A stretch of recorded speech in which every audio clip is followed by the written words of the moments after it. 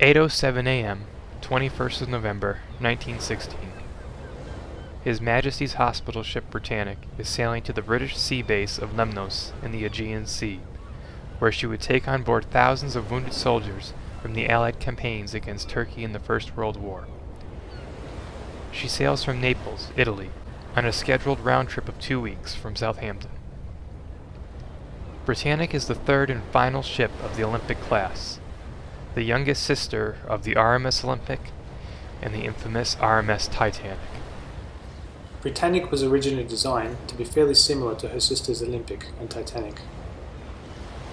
Increased competition amongst transatlantic liners and greater expectations from passengers led designers to make significant changes to her accommodations. This would set Britannic's design apart from her two older sisters. Third class was given new entrances. Second class would be given the luxury of their very own gymnasium. First class passengers would enjoy many new improvements. These included a larger a la carte restaurant and new reception room in B deck, where the most elite passengers would dine in unparalleled style. A playroom where children could play instead of using one of the palm courts like on Olympic and Titanic. A ladies' hairdresser salon, in addition to the barber shop. New sitting rooms were added on C deck as a result of the parlour suites having proved so popular on Olympic and Titanic. Keeping up with the trends and expectations, first class would see the addition of many private bathrooms and washrooms for cabins. Although basic on Olympic and Titanic, the swimming pool in Britannic was to be completely redecorated to keep up with the trends for sumptuous swimming baths aboard the German liners. Even the already luxurious spaces such as the Grand Staircase were also improved. The boat and A-deck entrances were modified to accommodate a Welt pipe organ. Ultimately, this musical instrument was never installed, but it still survives today. The decorative wrought iron panels designed to conceal the pipes on the organ were eventually auctioned off in London after the war. Many of Britannic's luxurious fittings were never installed due to her conversion to a hospital ship in 1915. These were sold off over 3 separate auctions in London and Belfast in 1919. When the First World War broke out, construction of Britannic was placed on the back burner. Harland and Wolff, the builders, shifted their work toward the war effort. The Allied invasion of Gallipoli showed that the British Admiralty would need larger ships to transport their wounded home from the far-off battlefields of the Mediterranean. The Cunard ocean liners, Mauretania and Aquitania, were requisitioned as troop ships. This was also done with the White Star liner Olympic, the first sister of Britannic. Finally, the War Office decided to pay for the finalization of White Star's Britannic under the condition that it would be used as a hospital ship for the duration of the war. After the war ends, the ship would be scheduled to return to the hands of the White Star Line. Over 3,300 bunks were installed on Britannic to accommodate patients. The ship was painted white, with a green band broken by red crosses, the internationally recognized designation for a hospital ship. Both sides of the war had hospital ships under these markings, and both sides of the war agreed to care for whatever wounded they could. Therefore, it was understood that neither side should attack a hospital ship of any nationality. Prior to Britannic's voyage, the German submarine U-73 had laid 2 mine barriers in the Kea Channel, totaling approximately 12 mines. Now, mines are indiscriminate killers. The mine was not meant to target a hospital ship like Britannic, but rather it was laid where the Germans thought that they would interdict British naval traffic going into or out of Greek ports.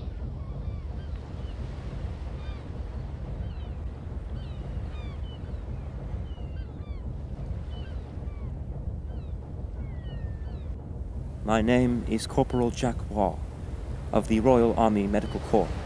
I had just finished breakfast and had come up on deck. I sat down on the hatchway while one of our chaplains with his map out was showing us different places of interest on the nearby shorelines.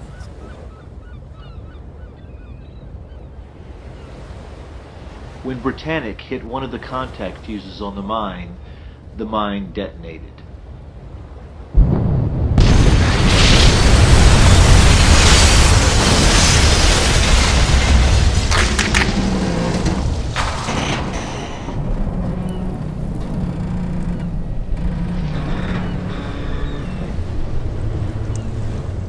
resulting explosion created an expanding gas bubble, lifting Britannic's bow with it. It twisted Britannic's hull a bit, slightly warped her frame, which resulted in the watertight doors in boiler rooms 6 and 5 becoming jammed in their tracks in the full open position.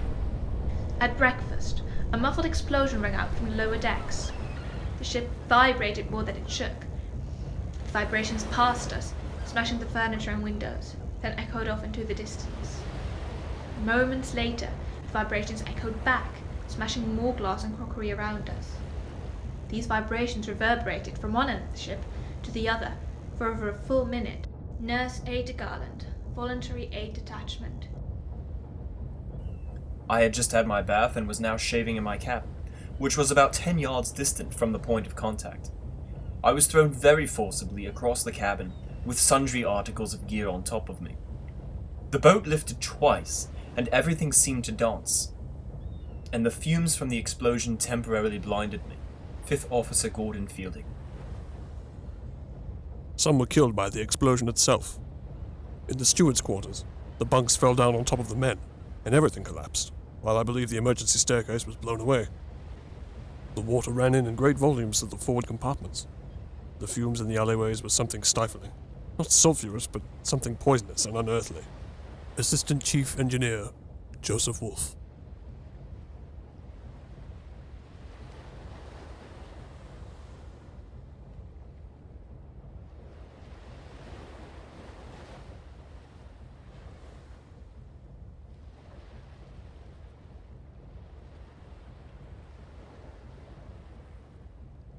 My first impression was that we had hit a mine and we would probably be safe.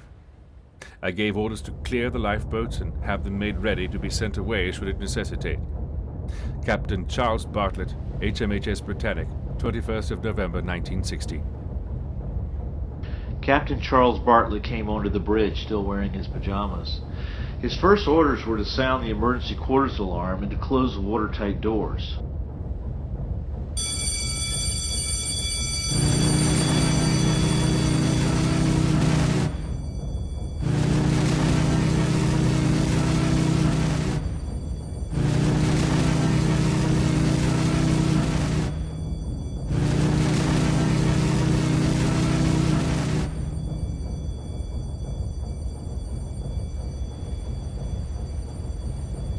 He wasn't aware at that point that the forward doors were jammed in the open position.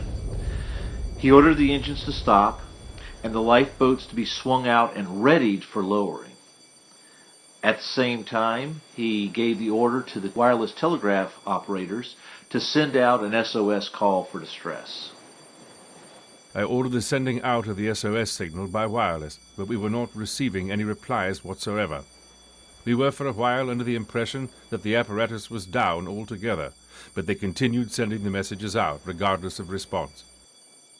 What the wireless operator didn't know is that the explosion had caused Britannic's hull to flex a bit, whipping the foremast and breaking some of the connections between the wireless aerial strung between the masts and the transmitter in the ship's silent room. What this meant was that Britannic could still send out an SOS message, but she could not receive any replies. I was on the bridge waiting for orders. My heart was in my mouth, but when I saw the captain standing there, cool and quiet, I thought to myself, it's all right, and felt a deal more comfortable. And I went to the locker and got out the captain's megaphone according to orders, and I stood alongside the captain on the bridge to see if he had any orders for me. The ship seemed to be leaning a bit to the starboard side, and she still seemed to be going ahead a little. 2nd Fremantle Scout Troop Patrol Leader, James Vickers. I permitted my staff to return to their cabins, so long as it was done with haste. We're all too familiar with the dangers of ships sinking. The Lusitania was only a year ago, and the Titanic only 3 years ago. Nurse Matron of the HMHS Britannic, Miss Elizabeth Ann Dowes. As we were walking out of the saloon, the signal went and blast rang out from the siren. Not until then would I believe that there was any danger. I distinctly remember as we quietly walked down the beautiful marble staircase and along the long corridor, where the sun streamed in the portholes, lighting up all our lovely cabins. This was goodbye to everything. Our ship was sinking. How fast? We didn't know. Nurse Ada Garland, Voluntary Aid Detachment.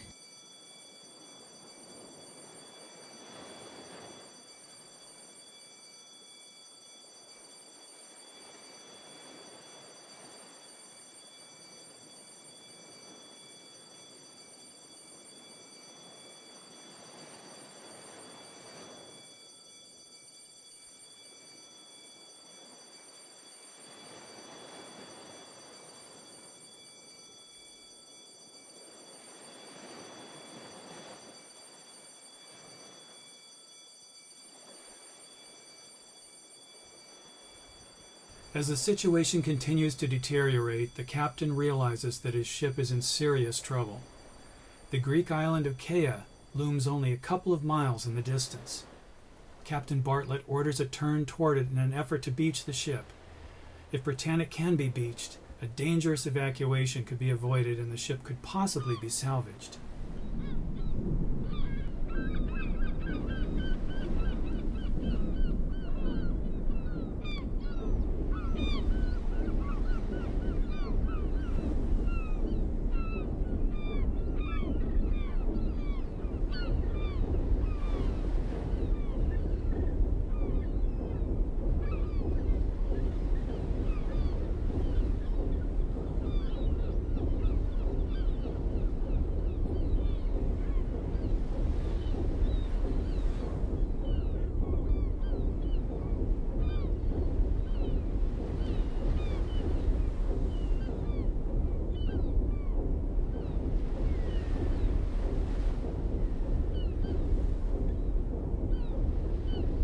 The crew immediately began to uncover and swing out the boats.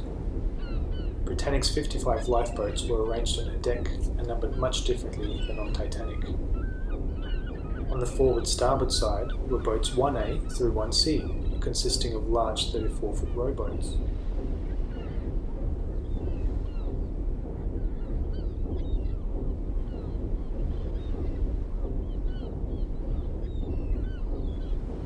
Amidships in single acting davits were 12 30-foot boats, as well as 12 collapsible boats similar to those found on Titanic. These were numbered 2 through 13 and 2A through 13A respectively.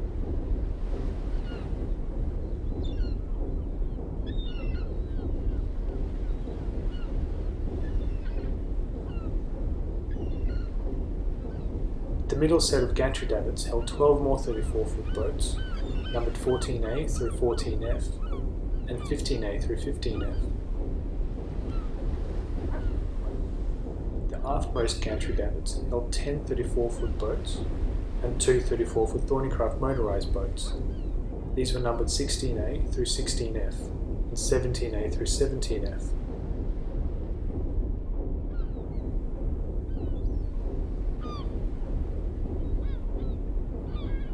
Aft on the shade deck, where originally 2 more gantry davits were designed to be installed, here Wayland davits held 2 30-foot boats and 2 collapsibles numbered 18, 18A, 19 and 19A. At the end of the sinking, of the 55 boats on board, only 35 boats would be launched.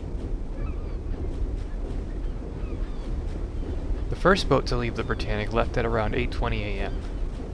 A group of frightened firemen swung the boat out and climbed aboard themselves, lowering the boat with only a handful on board, despite its capacity of around 65. However, Assistant Commander to the Britannic, Captain Dyke, ordered the boat to rescue people as they jumped overboard, so these seats were not entirely wasted.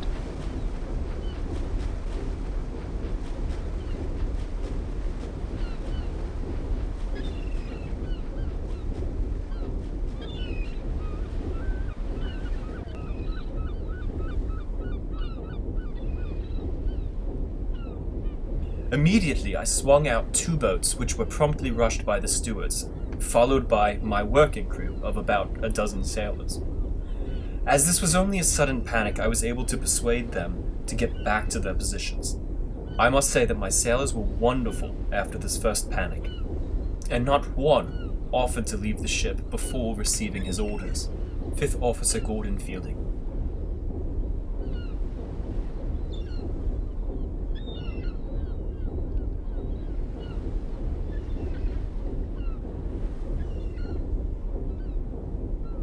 After a certain interval, the steering gear having apparently failed, I turned the ship to head for land under her own steam. I had tried compensating for our jammed rudder by running the engines on one side of the ship harder than the other. The ship begins to lose control as the helmsman reports steering failure. For one reason or another, the steering gear no longer responds. The captain tries to use the propellers to steer the ship, using higher power on the port side that would turn the ship slowly to starboard, towards Kia.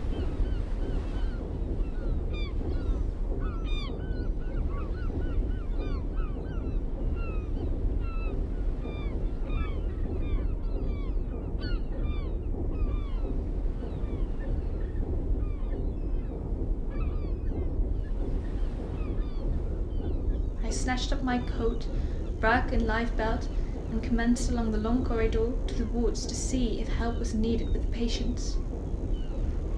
It was a terrible sight. Men who could barely walk were struggling to climb the stairs. The screams and shouts could be heard all over the ship as the badly injured were being moved. We all helped until the very last minute when we heard the cry of our dear brave matron saying, "Hurry up, my dear children." Nurse Ada Garland.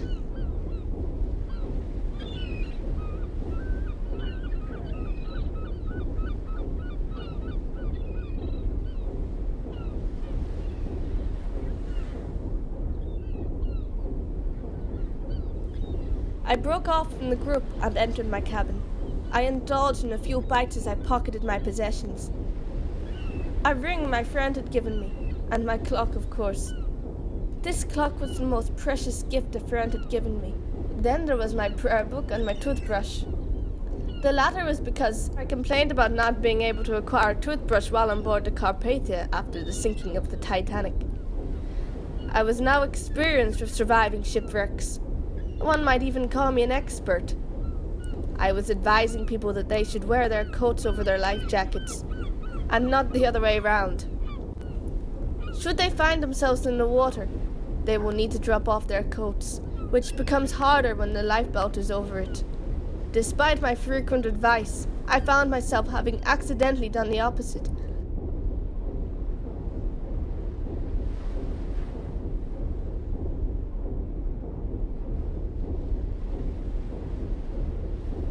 Most of us put on our coats and all took our life jackets and started for the boat deck. When partway up the emergency exit, an officer hailed us with, "You better hurry up, ladies." Then we knew there was more cause to hurry than we thought, and as soon as we got on top, we realised that something dreadful had happened.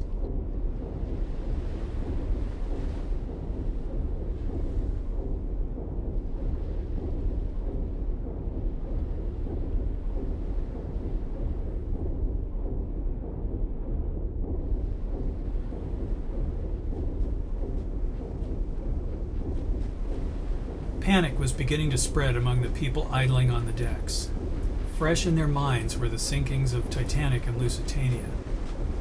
Within only the first few minutes of the explosion, the ship took on a noticeable slant downward toward the bow and a list to starboard.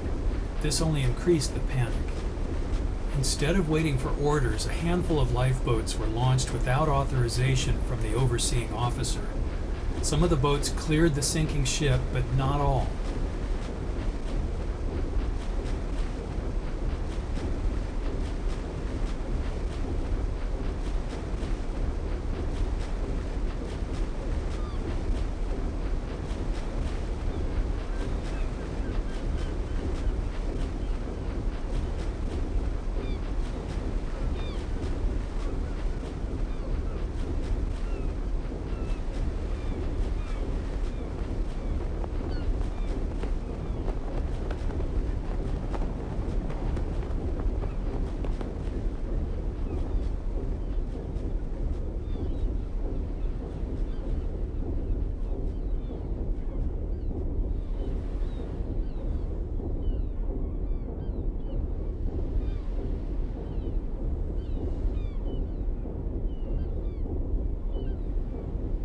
The ship had taken on a heavy list to starboard.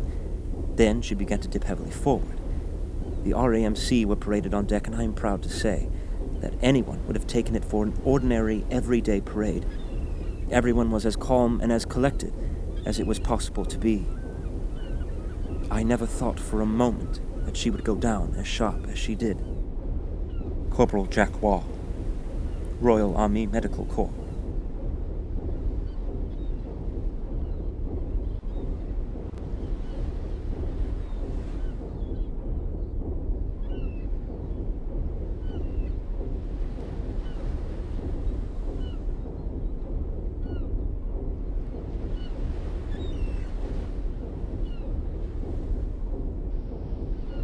The first ship to receive Britannic's distress calls was the destroyer HMS Scourge. The Naval Auxiliary HMS Heroic also received Britannic's distress call. They responded to it, saying that they were steaming to the rescue, but Britannic's wireless operator never received the message.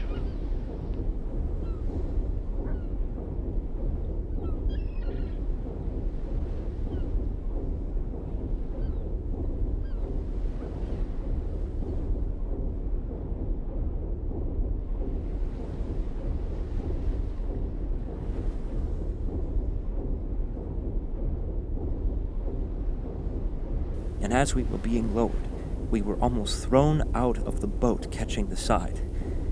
However, we eventually reached the water. The propellers were now on water level, and several of the boats were drawn into the whirlpool. The boat I was in, the pulleys taken directly off, was drawn right to the propellers. And then came the decisive moment of my life. I could not swim. Yet as I looked and saw men being cut up by those terrible blades, I made a quick decision. My chum could swim, so he dived over the side. I looked after him. We were now almost to the blades, so I jumped into the sea as well.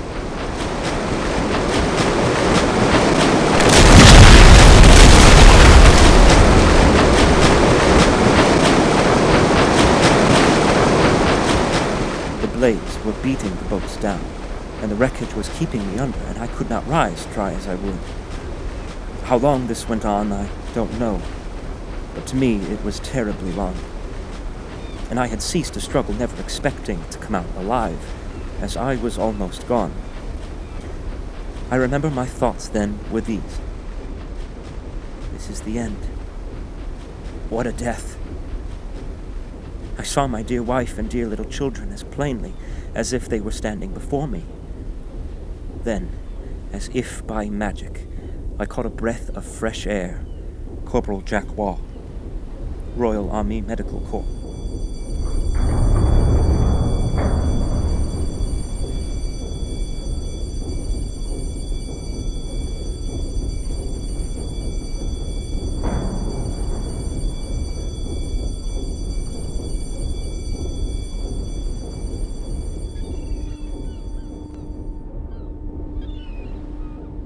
My name is Henry Pip. I'm a 15-year-old Sea Scout.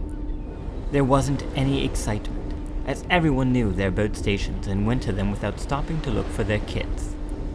The Sea Scouts on the lifts worked them for as long as they could, but the ship soon listed so much to starboard that they had to give up and go up to the boats.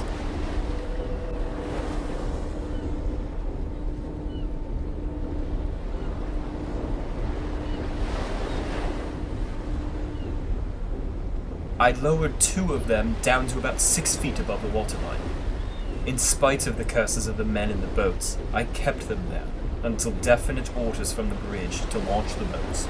5th Officer Gordon Fielding.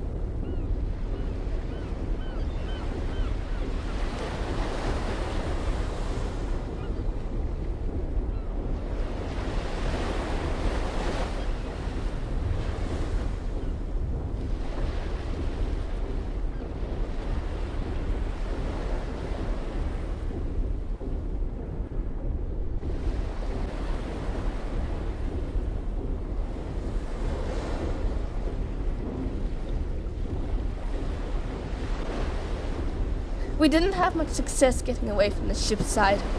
The Britannic was still pushing forward under her own steam.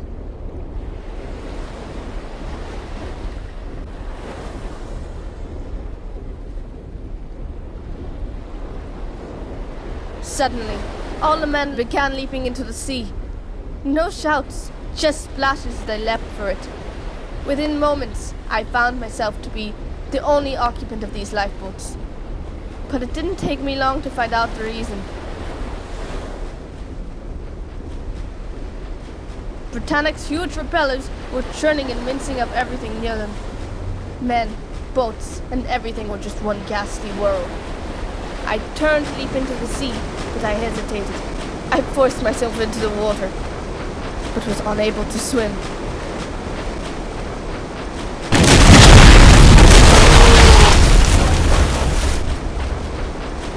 Then hit on the head repeatedly by something solid. I believe it was either a piece of boat or the propeller itself. It hit me 3 times on the head. Terrible blows that made my brain rattle. But fortunately, it hit me where my hair was thickest. An arm grabbed me and pulled me to the surface. It gripped me and moved as mine did. I grabbed it back as I surfaced, but to my horror found it was merely a severed arm and part of a torso.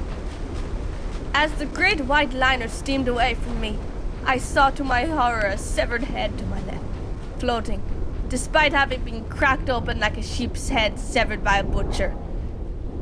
Wreckage of every sort was everywhere as the ship slowly ploughed into the distance. The men in my boats, still hanging in the falls 6 feet above the water, witnessed this disaster, and I must say that they ceased cursing at me about not being released at this point. I saw the boat with its poor, pathetic crew get dragged into the churning propellers. I suppose I was taken to the core, but I could not show this. If I dared to reveal fear, it would spread like a bushfire on the veldt. I sat there, emotionless, for what emotion could I have expressed if not fear or sorrow? Nurse Matron Miss Elizabeth Ann Dowse. Water began flooding the forward holds rapidly, and water was reported in the numbers 5 and 6 boiler rooms. So I stopped the engines and ordered all boats possible to be sent away, but to stand by close to the ship.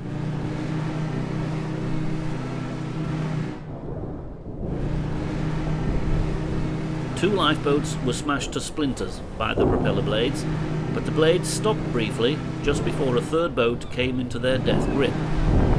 3 men stayed in the boat and pushed against the blades to move the boat away. Lieutenant Colonel Henry Stuart Anderson, Royal Army Medical Corps.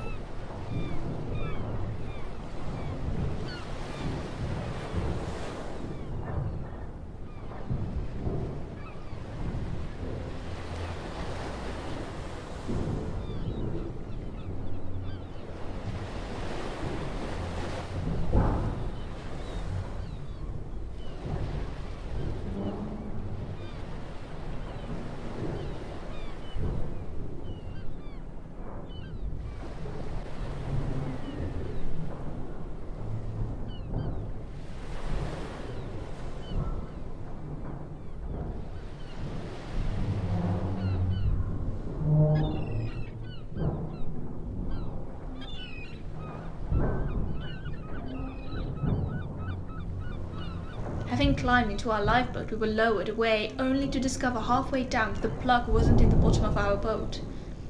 There we were, suspended in mid-air, whilst that important item was found. Down we were lowered again. It took some time before we managed to get away from the tremendous structure of the boat.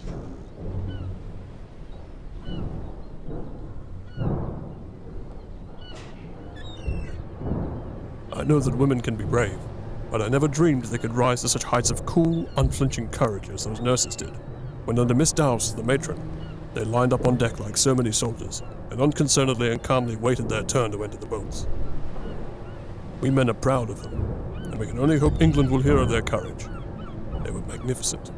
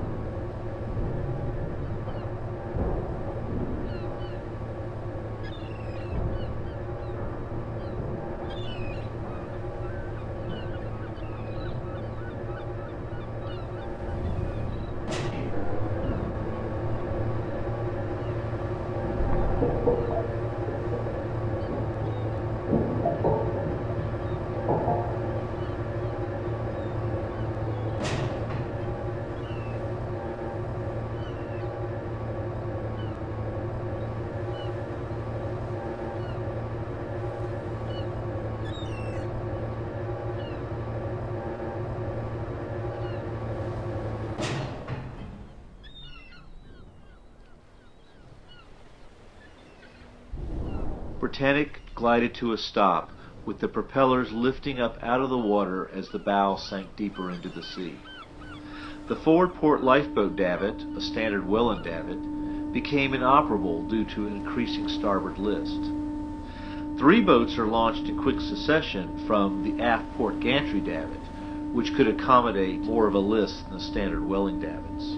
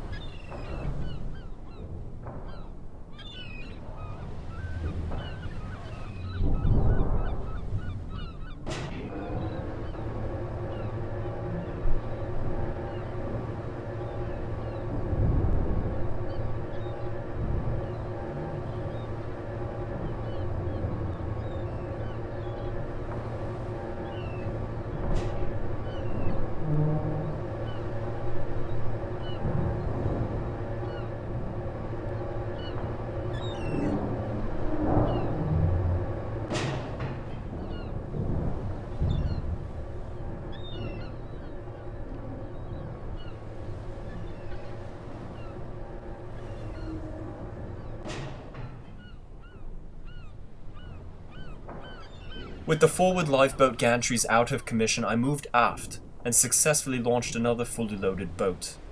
I then hooked on the 5-ton motor launch when the first officer came up saying he had orders from the captain to leave in this boat and to take charge and pick up any survivors from the smashed boats. As the officer had nearly been drowned in the wreck of the Arabic, he was somewhat excited and urgent. The second alarm was sounded and Captain Bartlett told me to go and get into my boat. I walked along the boat deck to my boat and the first officer told me to get into the motor launch, which was soon being lowered. I got in, and in doing so my foot got jammed between the side of the ship and the motor launch. I filled the motor launch with 30 Royal Army Medical Corps and 2 or 3 sailors and launched it under the charge of the first officer.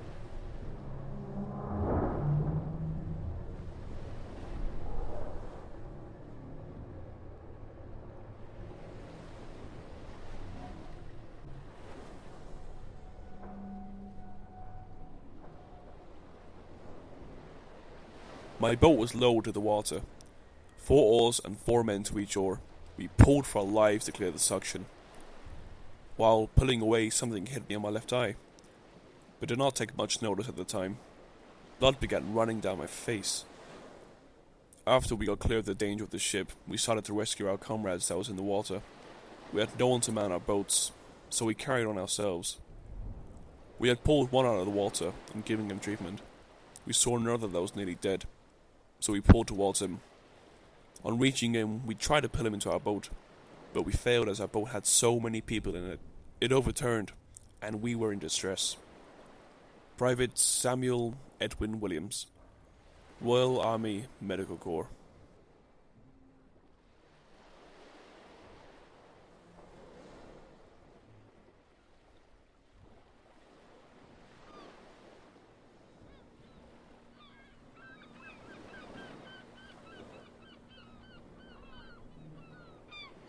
Because of the heat of a buttoned-up steamship in the Mediterranean, even in November, the medical staff, against all operating procedures in a war zone, opened the forward portholes to allow ventilation, to get some fresh air to circulate throughout the ship before the wounded were brought on board.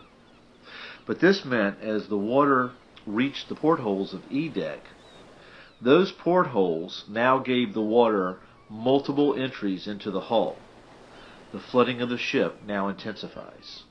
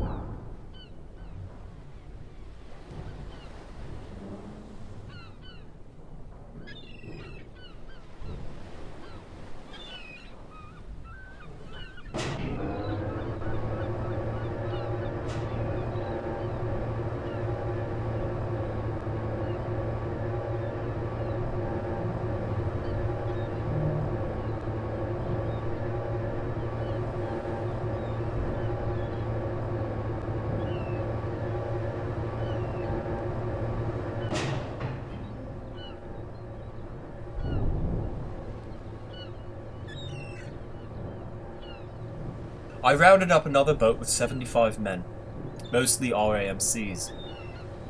As the Britannic was now very badly listing to starboard and we were on the high side, we had much difficulty in getting this boat away. She nearly capsized a few times before she cleared the ship. It was now impossible to launch any more boats from the port side.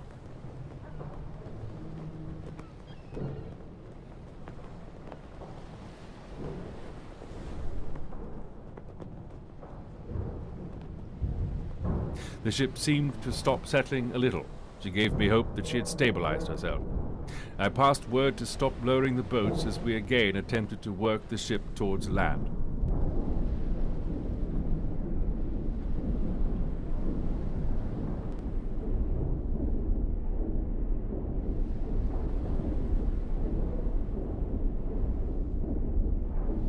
At this point, I had about 6 sailors and 30 RAMCs who were sat in the next boat calmly waiting for me to put them into the water.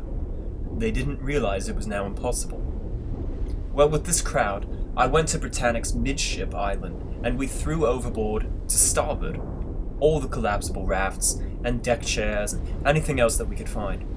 This was the first time I had thought I might actually have a chance of saving my own life. A little bit of hope that I felt. I can't explain it.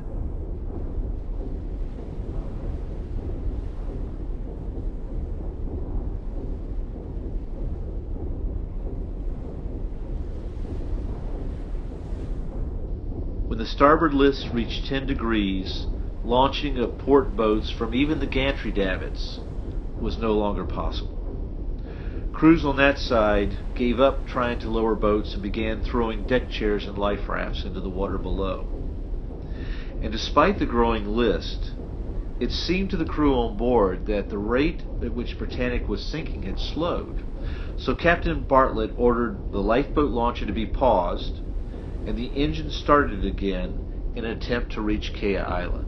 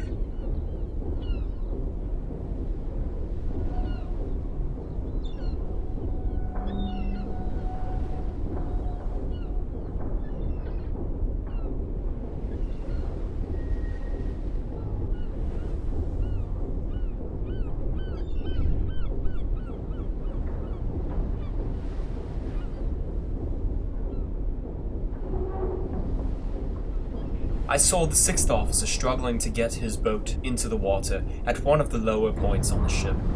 I got some rather nasty rope burn as we tried maneuvering this boat by the ropes. We almost lifted this boat over the side. I put in all my remaining men with the sixth officer and kept 2 or 3 with me to manage the control breaks during the launching. Once the boat was in the water, the 2 men and I slithered ourselves down the rope and into the lifeboat.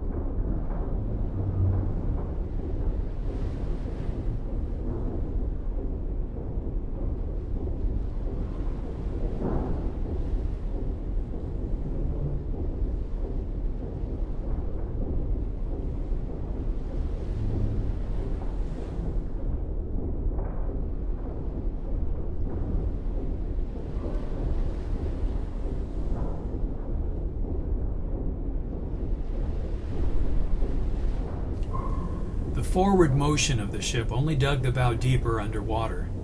Water was reported to be flooding the vessel at a record rate, so the captain ordered Britannic to stop for one final time.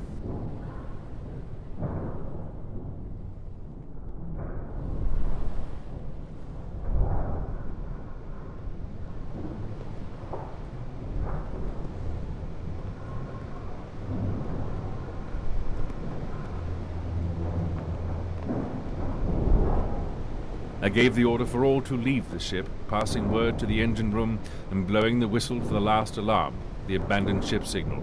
2 long blasts of the whistle.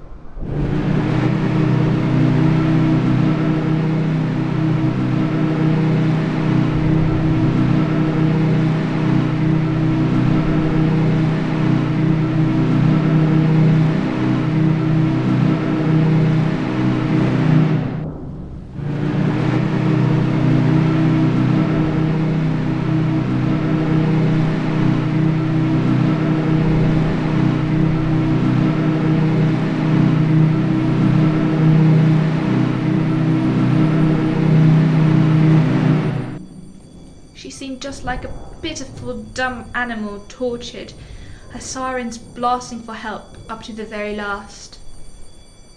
Captain C.A. Bartlett, the commander of the Britannic, stayed on the bridge giving orders to the officers through his speaking megaphone as the ship was going down under his feet. He not leave until the water lapped over him. The ship was sinking very quickly then, going by the head and listing to starboard, and soon the water came to the bridge. Assistant Commander Dyke having reported to me that all had left the ship, I told him to leave, and shortly after I followed him. We barely left the bridge, walking into the water by the forward boat gantry on the starboard side. The funnels fell just moments later. One of the quartermasters had gone below early in the sinking to find supplies of bread from the ship's pantries to stock the lifeboats. He came out onto the deck to find the bridge submerged and the ship rapidly dropping in the water. He dropped the bread and leapt into the sea with mere seconds to spare before the vessel had disappeared. When we reached the deck, the foremost of the 4 funnels was touching the water, and the bows were completely submerged. We jumped 80 feet into the sea from the second-class quarters on sea deck, and after swimming clear, we watched the awesome sight of the mighty liner sinking. Assistant Chief Engineer, Joseph Wolfe.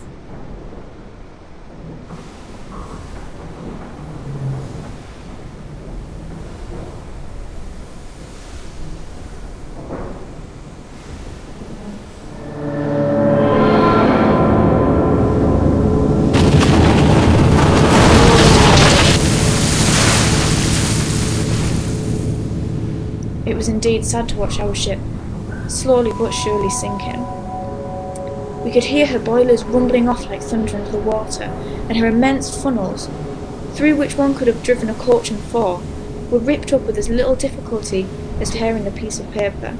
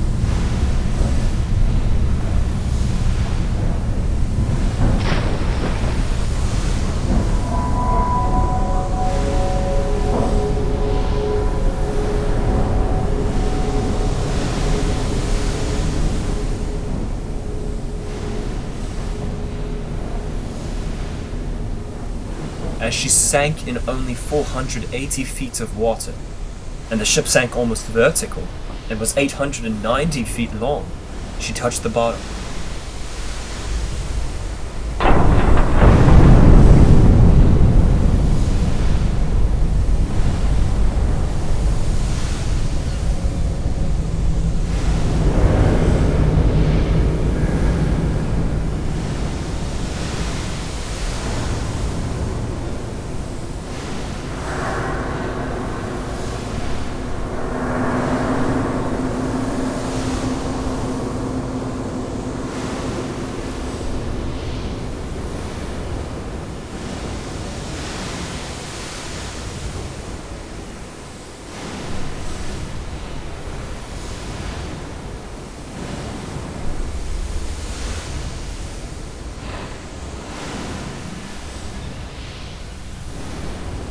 I had supervised over the construction and launch of the Britannic.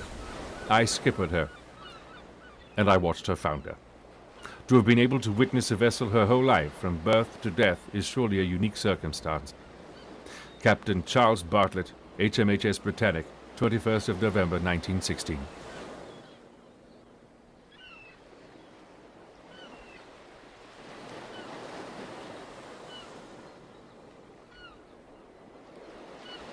His Majesty's hospital ship Britannic sank in 55 minutes, 3 times the time it took for the Lusitania to sink, but only a third of the time it took for the Titanic to go down. Out of 1,066 souls on board, there were only 30 casualties in the sinking, far fewer than most other shipwrecks of this size. 21 were members of the crew, and 9 were members of the Royal Army Medical Corps.